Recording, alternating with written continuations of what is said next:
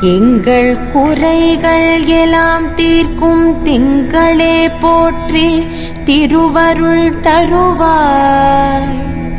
சந்திரா போற்றி சத்குரு போற்றி சங்கடம் தீர்ப்பாய் சதுரா போற்றி. சிறப்புருமணியே செவ்வாய் தேவே குறைவில்லாதருள்வாய் குணமுடன் வாழ. மங்களச் செவ்வாய் மலரடி போற்றி அங்காரகனே அவதிகள் நீக்கு. இதமுற வாழ இன்னல்கள் நீக்கு. புத பகவானே பொன்னடி போற்றி பதந்தந்தாழ்வாய் பண்டொலியானே.